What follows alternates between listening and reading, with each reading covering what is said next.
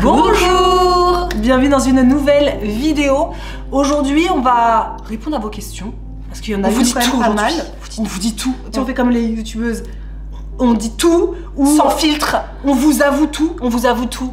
On dit tout. Bref, on dit ce qu'on a sur notre cœur aujourd'hui avec vous.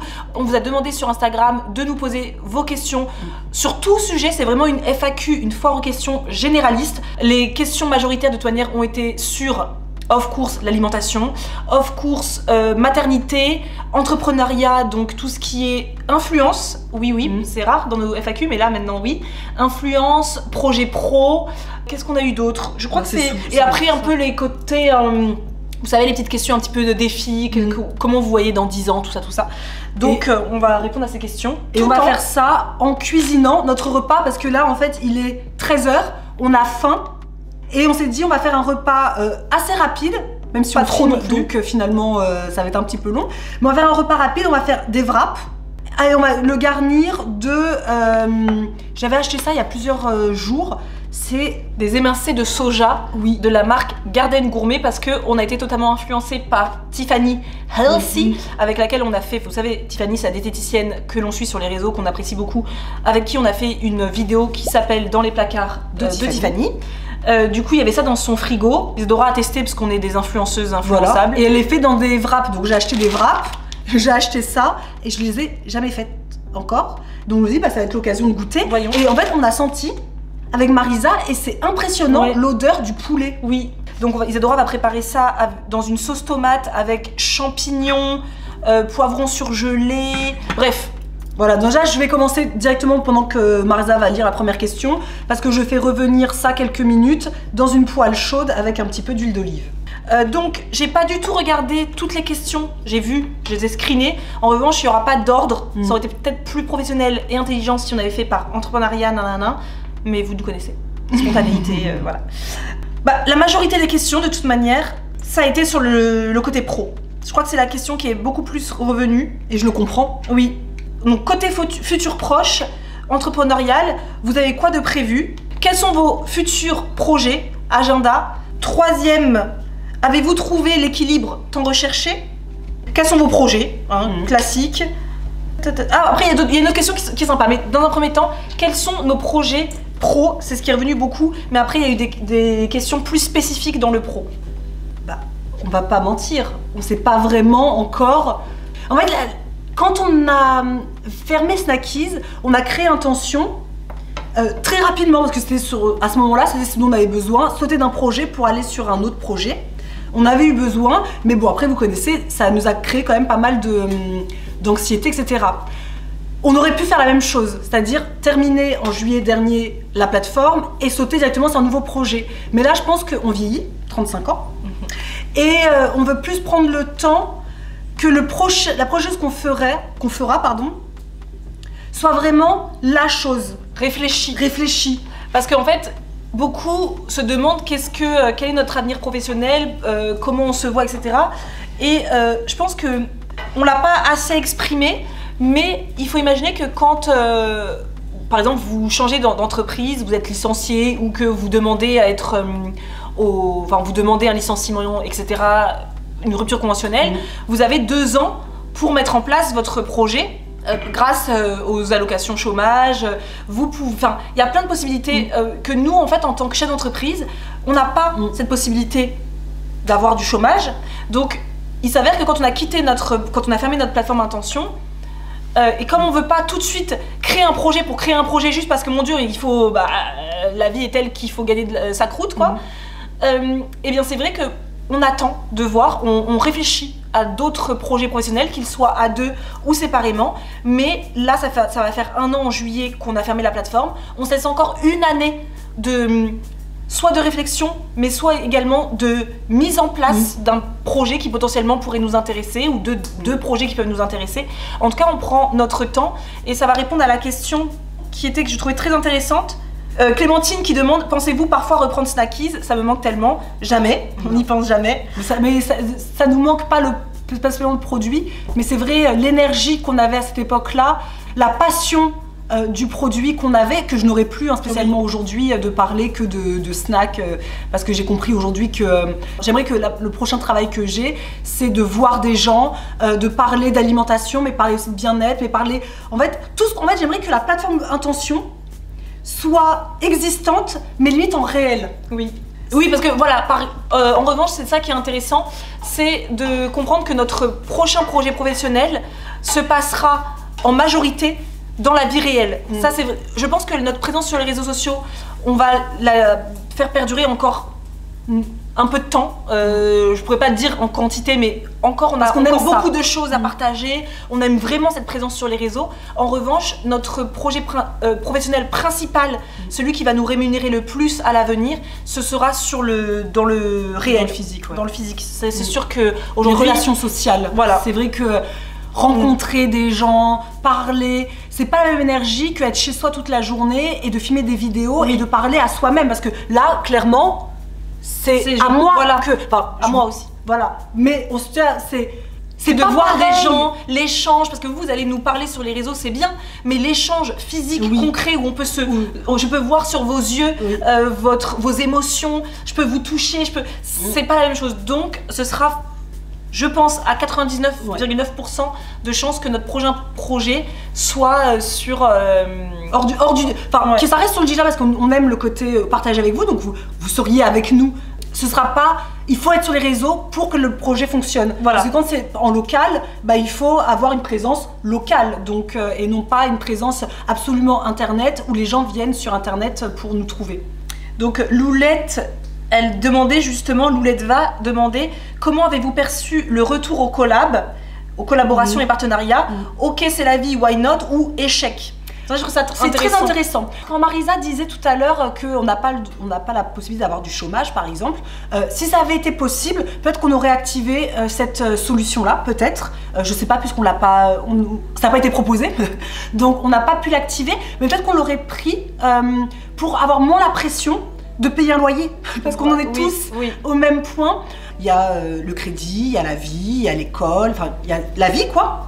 Peut-être qu'on l'aurait activé. Après, c'est vrai qu'on aurait quand même continué, je pense, à être sur les réseaux, etc. Parce qu'on a besoin de travailler. On ne serait pas resté comme moi à l'époque où j'ai eu mon chômage. C'était pour créer Snackies, donc j'étais pas à rien faire.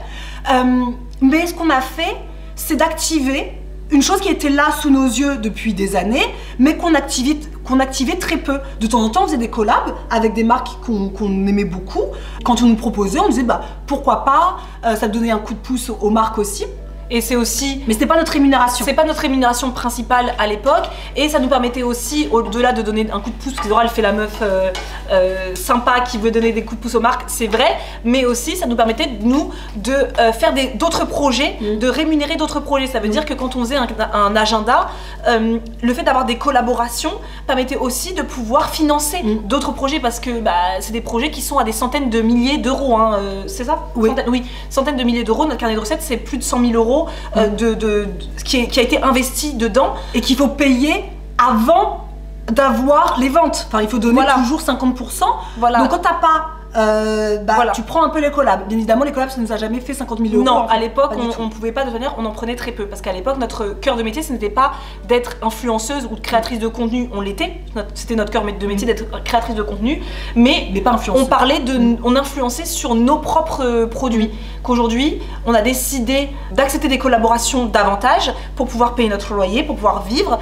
Et non, on ne le voit pas comme un échec du tout. Parce qu'on a travaillé pour. Ça veut dire que nous, la communauté que l'on a créée depuis toutes ces années, elle n'est pas sortie de nowhere, hein. Elle a été là parce qu'on a proposé du contenu de valeur, qu'on a été là très régulièrement, on a été plutôt assidus, que ce soit sur Instagram, sur YouTube, en podcast.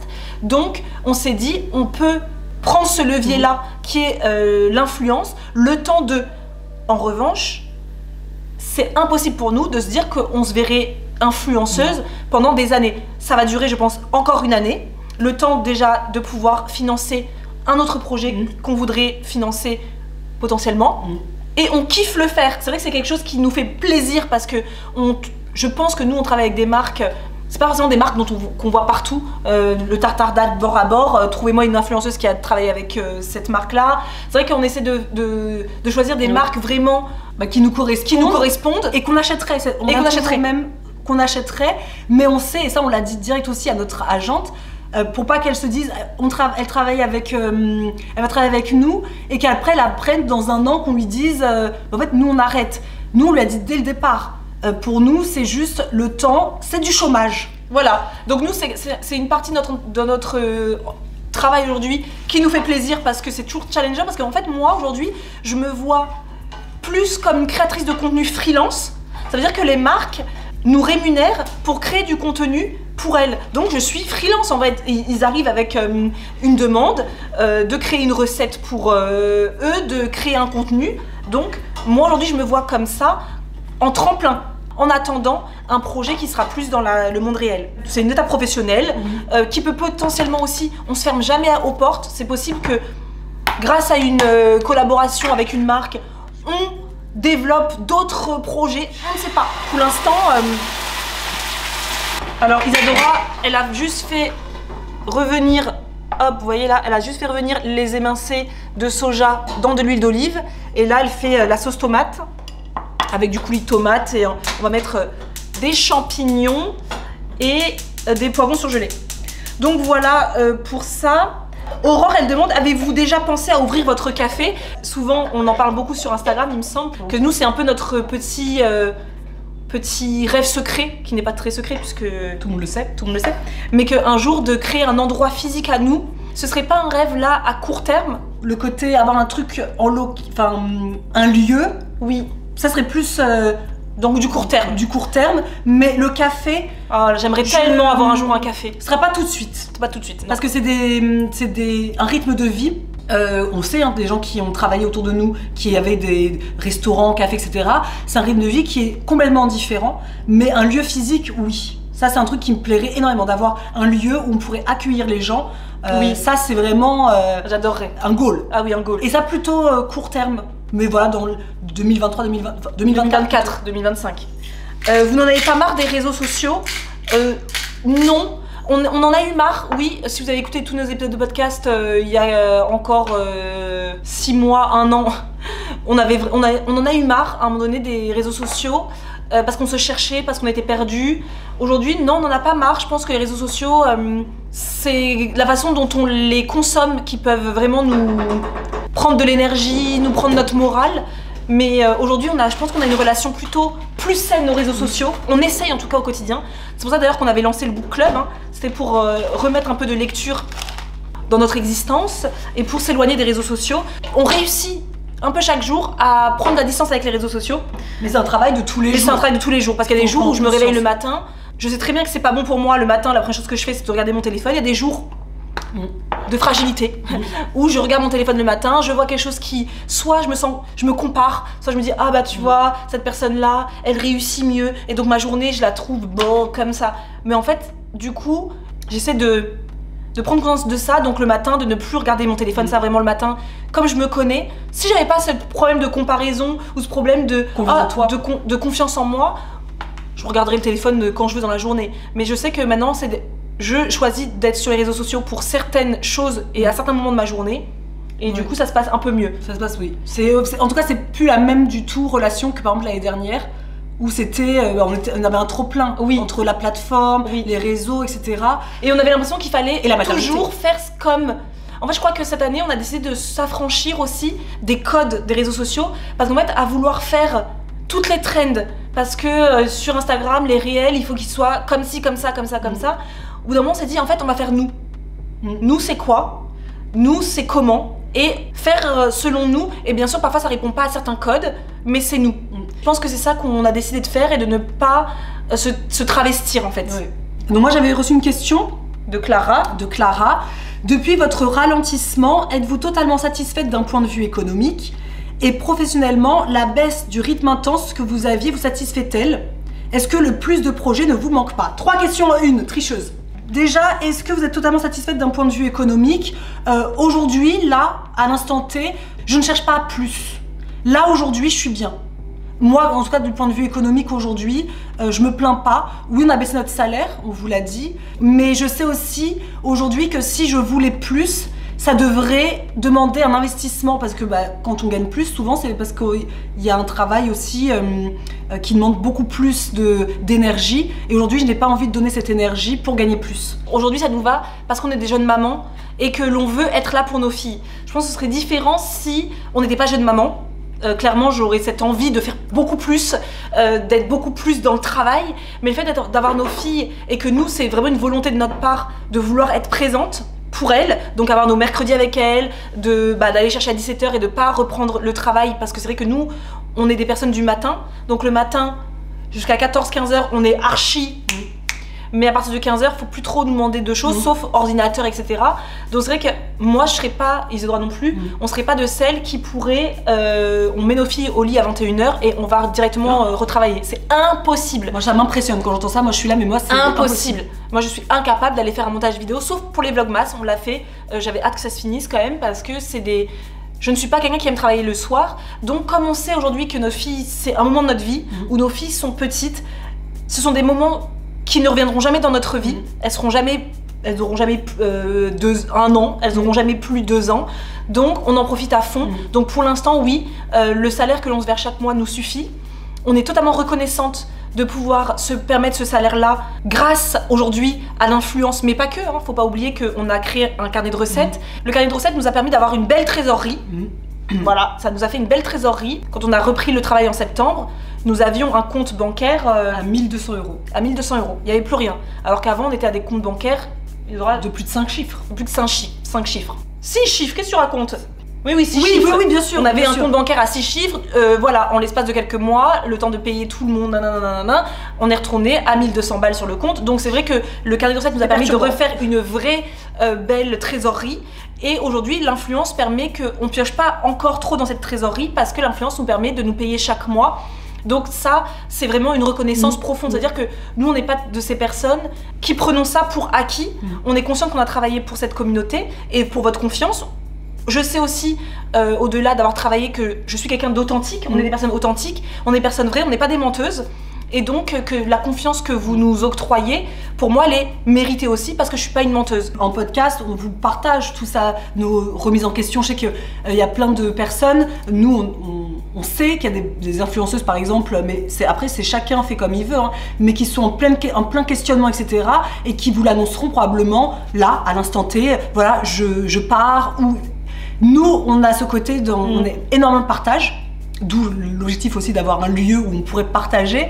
On aime le partage et on estime que la vie c'est un travail sur soi tout au long, et partager aussi ce travail sur nous, ces moments où voilà, en ce moment, voilà, on est influenceuse, le temps de trouver l'autre projet. Je trouve que c'est chouette de vous le dire plutôt que vous leviez un matin et elles sont devenues influenceuses, mais elles nous ont jamais dit qu'elles ont fermé une entreprise. Nous, on a toujours aimé être ouverte avec vous. On ferme. Pourquoi? Pas pour se justifier, mais parce que je suis sûre que ça résonne dans plein de gens qui ont envie de fermer une entreprise, qui ont envie de changer d'entreprise, qui ont envie de changer de statut, qui ont envie d'une vie différente.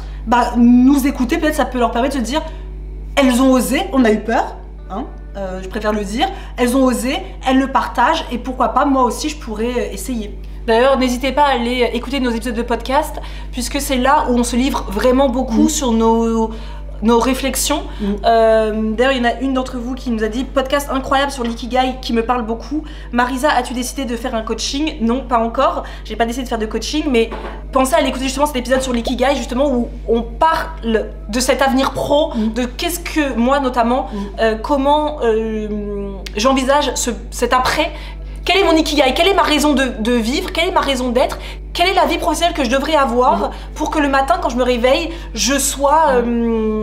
Donc, mais par contre, la nana, elle disait aussi, est-ce que le trop de projets ne vous manque pas? Oui. Si. Pas trop de projets. Le fait d'avoir des projets autres nous manque parce que on est encore dans ce truc de capitalisme intériorisé où pour nous, le travail non-stop, c'est un peu la voie ultime. C'est vraiment ce qui... Tout le monde devrait travailler non-stop, donc on devrait mener de projet en projet, en projet, en projet, en projet, pour être valide et se dire, ok, je gagne ma vie parce que je passe mon temps à m'acharner au travail. Ça, je l'ai encore, moi, ce truc, alors qu'aujourd'hui, on a des projets, mais on va plus les réfléchir. Là où avant, j'avais un projet en tête, Isadora, il faut qu'on le mette en place tout de suite, et après, au bout de 6 mois, je suis épuisée de l'avoir fait, et il sort jamais. On essaie d'être moins dans la spontanéité, de lancer des projets pour lancer des projets. Parce que il faut savoir qu'un projet, quand on le commence, c'est des mois en avant, en arrière. C'est-à-dire que si j'ai envie de faire un truc, par exemple en décembre, il faut que je m'y mette février-mars. Sauf que aujourd'hui, là, je ne sais pas où je serai en décembre 2023, par exemple, ou en février 2024. Du coup, moi, parfois, ça me freine un peu, parce que autant à l'époque de Snackis, je savais que Snackis, année après année, Snackis.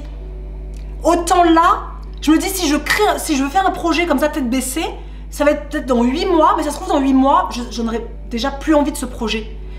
Et comme nous, on est très authentique, comme tu disais, ce sera très compliqué pour moi de vendre un produit auquel je ne crois peut-être plus. Donc, oui, les projets nous manquent.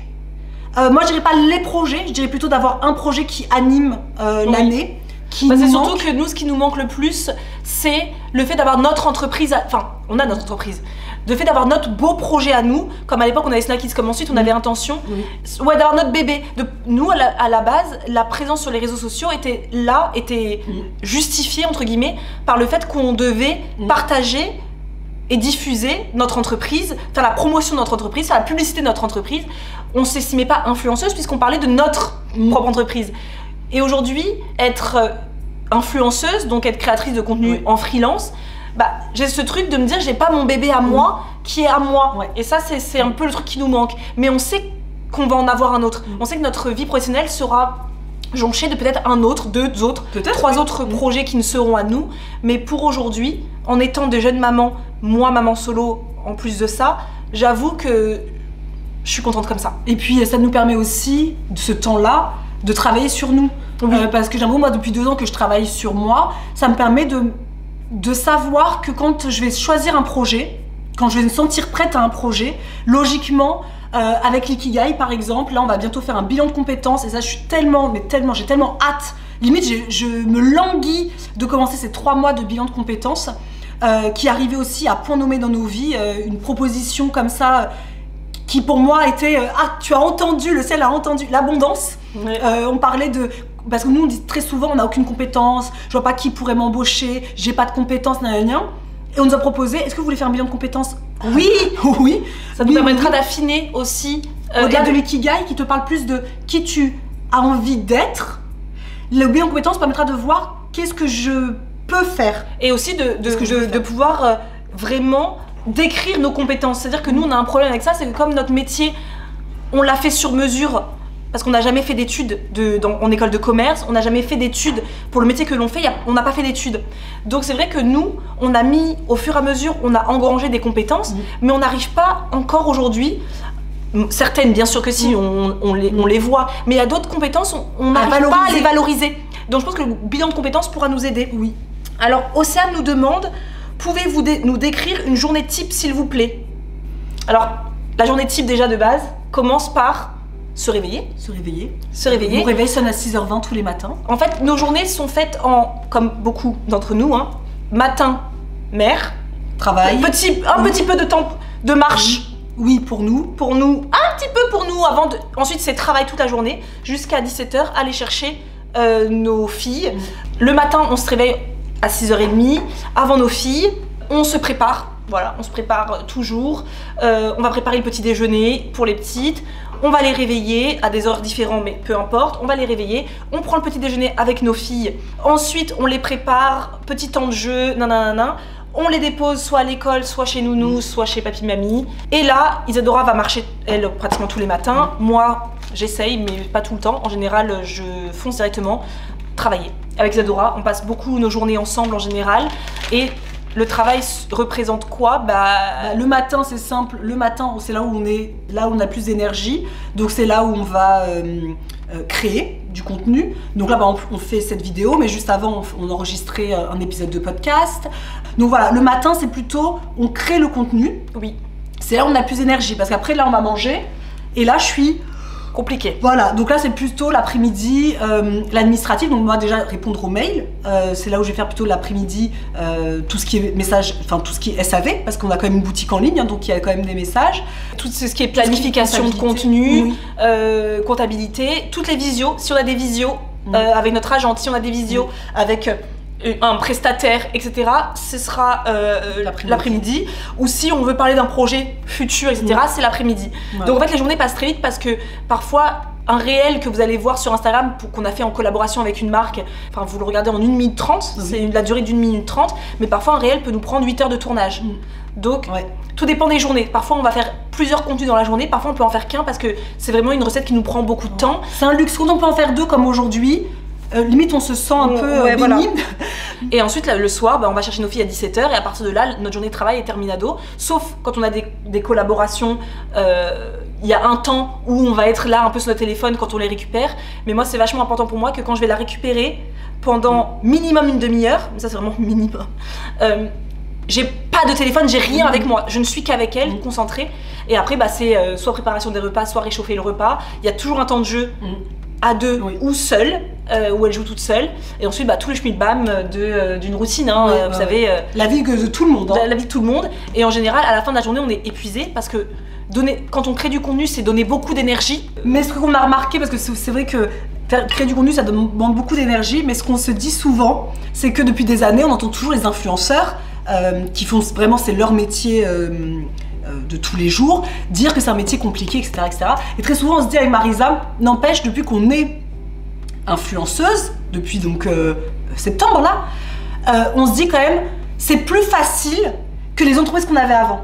Ah bien sûr, mais ça c'est une évidence. Et ça, parce qu'il n'y a pas de logistique, il n'y a pas de gestion de stock, il y a un client, qui est la marque, qui est pas plusieurs clients. C'est ça être freelance. En fait, c'est ça, c'est qu'avant on avait des clients, on avait notre entreprise, on avait plein de clients, qu'aujourd'hui on a un client à qui rendre des comptes.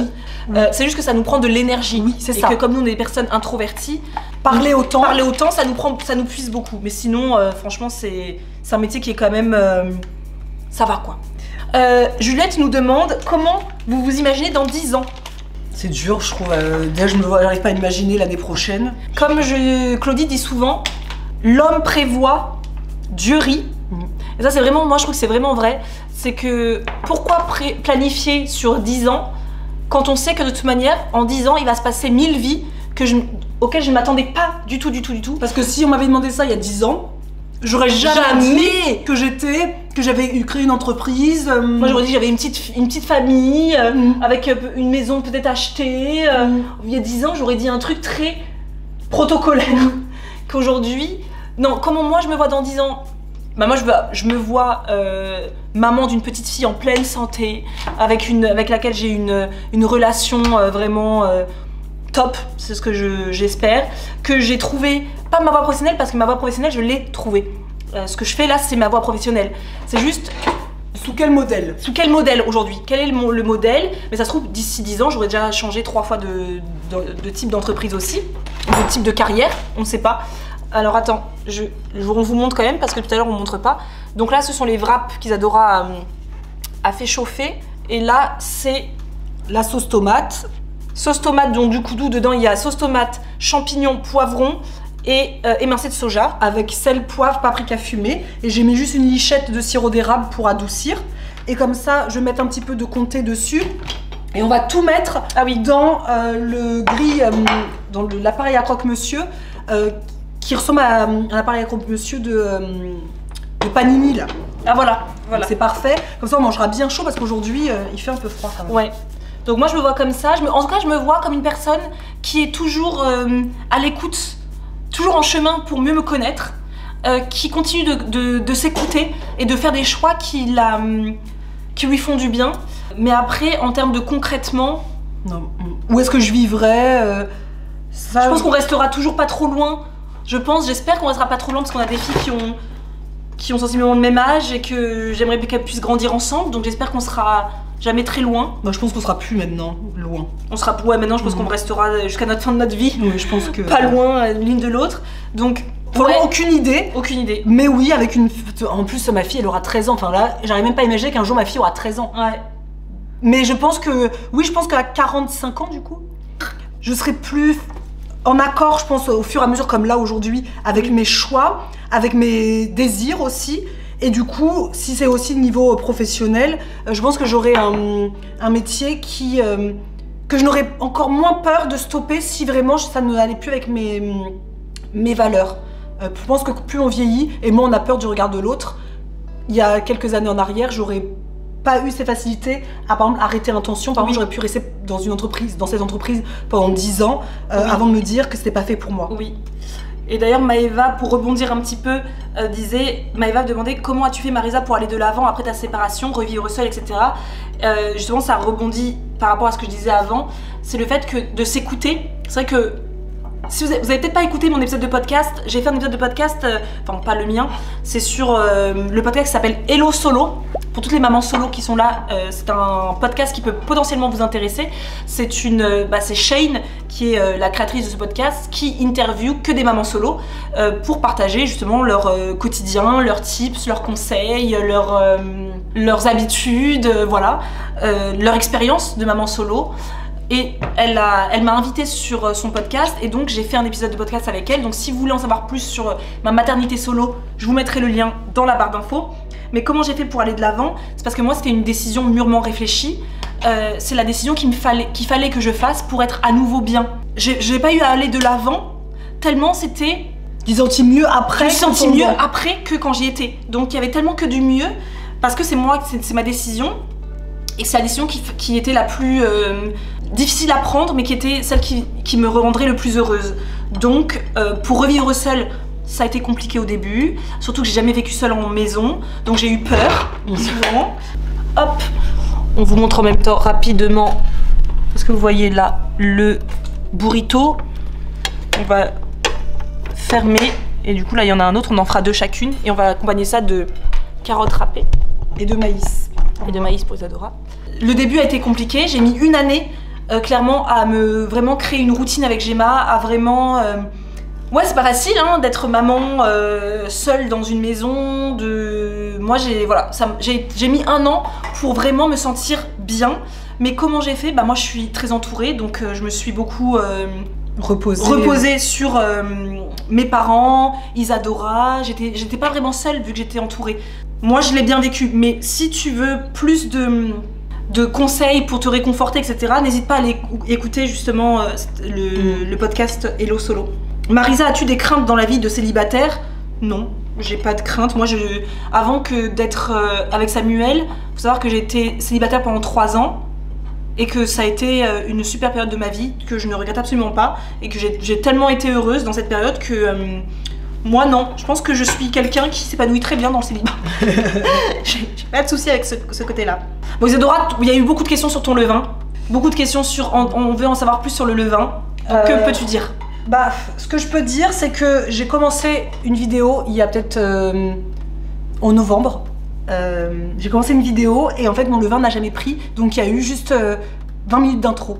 Et moi j'aimerais faire une vidéo levain en effet, le jour où je n'ai plus de couacs comme ça. Et si j'ai des couacs comme ça, c'est que je suis pas encore complètement, voilà, je maîtrise pas encore toutes les subtilités, mais on vient d'un atelier levain avec Marisa, on a fait un atelier lundi dernier, qui était un vraiment... atelier en physique, hein. En physique, oui. Un atelier tu veux dire le nom? Avec à la Grange au savoir-faire. Et maintenant, je vois les petites choses que je faisais mal, je les comprends plus. Et en plus, en toute honnêteté, le levain, quand j'ai commencé à faire du levain, c'était parce que j'étais à une période où j'avais besoin d'avoir une activité manuelle qui m'appartenait à moi.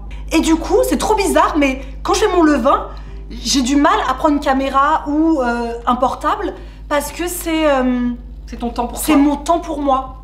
Pour toi, c'est du temps hors travail. C'est du temps hors travail, alors que c'est bête parce que plein de fois j'ai l'impression de ne pas travailler quand je vous fais une vidéo, alors que le levain, par exemple, je vais en faire samedi. Je me dis pas, ah, faut que je prenne ma caméra parce que c'est mon moment, ma fille est à la sieste, c'est un temps qui m'est dédié. Et en fait, comme il n'y a pas beaucoup de temps dédié, parce qu'on partage beaucoup de choses sur les réseaux quand même, au niveau alimentation, bah, ce temps-là, je me le réserve et je pense que il y aura une vidéo quand je me dirai, voilà, je me sens prête à partager ce petit moment qui m'appartenait. Regardez-moi ça. Et on n'est pas bien là? Est-ce que je me mets pas bien là? Avez-vous conscience du bien que vous procurez dans votre travail? C'est gentil. On essaye de se le dire qu'on en a conscience. On essaie. Aujourd'hui, on est dans un chemin de revalorisation. On essaie de se dire que ce que l'on fait, ça vaut quelque chose. Parce que souvent, on a tendance à se... Mais ça, c'est terminé maintenant. On dit que les choses que l'on fait, c'est chouette. C'est chouette. Il y a eu des questions maternité, conseils, tips, food, postpartum. Il y a tout un épisode de podcast sur l'alimentation.